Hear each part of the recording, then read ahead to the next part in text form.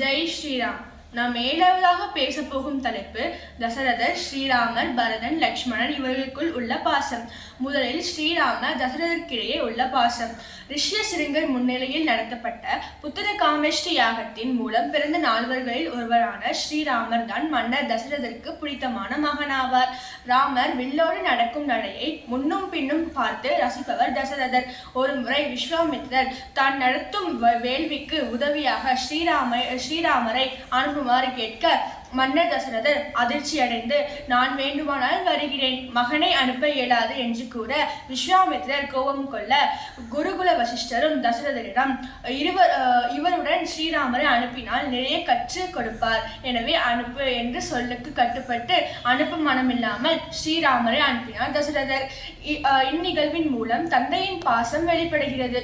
மற்றொரு நிகழ்வாக கைகையை கேட்ட வரத்தின்படி ஸ்ரீராமர் தனது அன்பான மகன் ஒன்றல்ல இரண்டல்ல 14 வருடங்கள் வனவாசம் செல்வதை தாங்கிக் கொள்ள முடியாமல் புத்திர சோகத்திலேயே உயிர் நீத்தார் தந்தை தசரதர். இந்நிகழ்வின் மூலமும் ஸ்ரீராமர் மேலுள்ள தந்தையின் பாசத்தை உணரலாம்.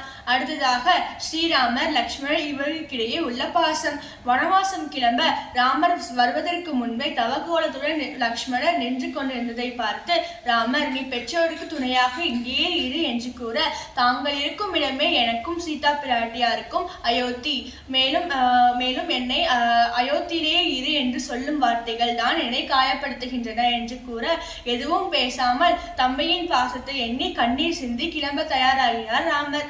மேலும் காட்டில் அண்ணன் ராமரை காக்க பசி எடுக்காமலும் உறக்கம் வராமலும் இருக்கவும் அலப்பலா அதிபலா என்ற மந்திரங்களின் மூலம் உண்ணாமலும் உறங்காமலும் பாதுகாப்பதன் மூலம் லக்ஷ்மணனின் பாசம் வெளிப்படுகிறது. மற்றொரு அடுத்ததாக ஸ்ரீராமர், பரதர் இவர்களுக்குள் உள்ள பாசம்.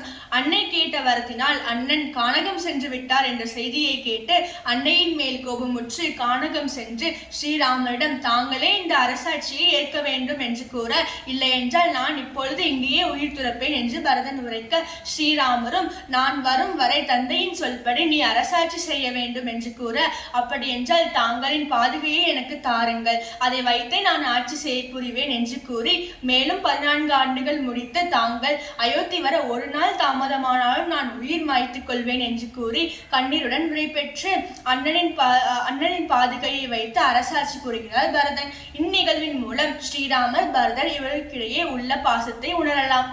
ஜெய் ஸ்ரீராம்.